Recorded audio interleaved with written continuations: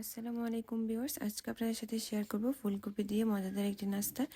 এই জন্য অল্প পরিমাণ ফুলকপি সিদ্ধ করে গ্রেট করে নিয়েছি পেঁয়াজ কুচি, আর নিয়েছি পেঁয়াজ কলি কুচি, ধনেপাতা, কাঁচামরিচ কুচি, সাথে নিয়েছি গ্রেট করা গাজর।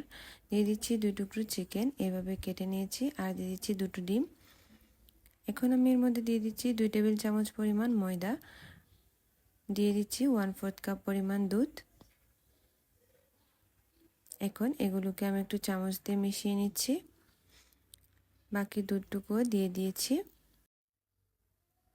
এখন আমি হাত দিয়ে এগুলোকে খুব ভালোভাবে একটু মিশিয়ে নিচ্ছি।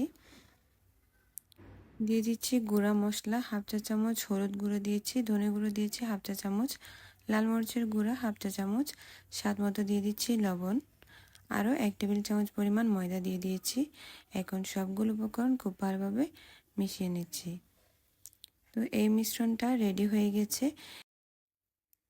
এখানে আমি পাউরুটি নিয়েছি, তো 1 পিস পাউরুটি নিয়ে আমি যে মিশ্রণটা তৈরি করেছিলাম সেটা উপরে লাগিয়ে দিচ্ছি।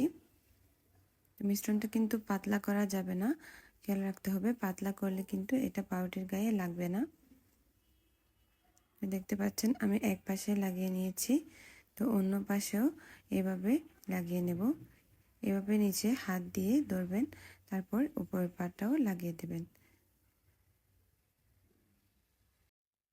দেখুন আমি 2 পাশে লাগিয়ে নিয়েছি, এগুলো কিন্তু পড়ে যাচ্ছে না। তো আগে থেকে আমি ফ্রাই প্যানে তেল গরম করে নিয়েছি। তেলটা কিন্তু খুব ভালোভাবে গরম করে নিতে হবে, এতে করে পাউরুটি আর তেলটা টেনে নেবে না। এভাবে করে আমি আরও একটা তৈরি করে নিয়েছি।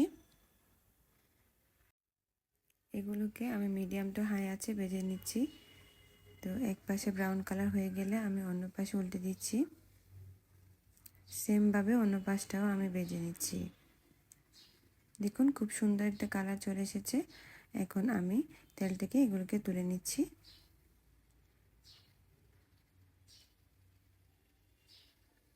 তো এইভাবে করে আমি সবগুলো এখানে বানিয়ে নিয়েছি।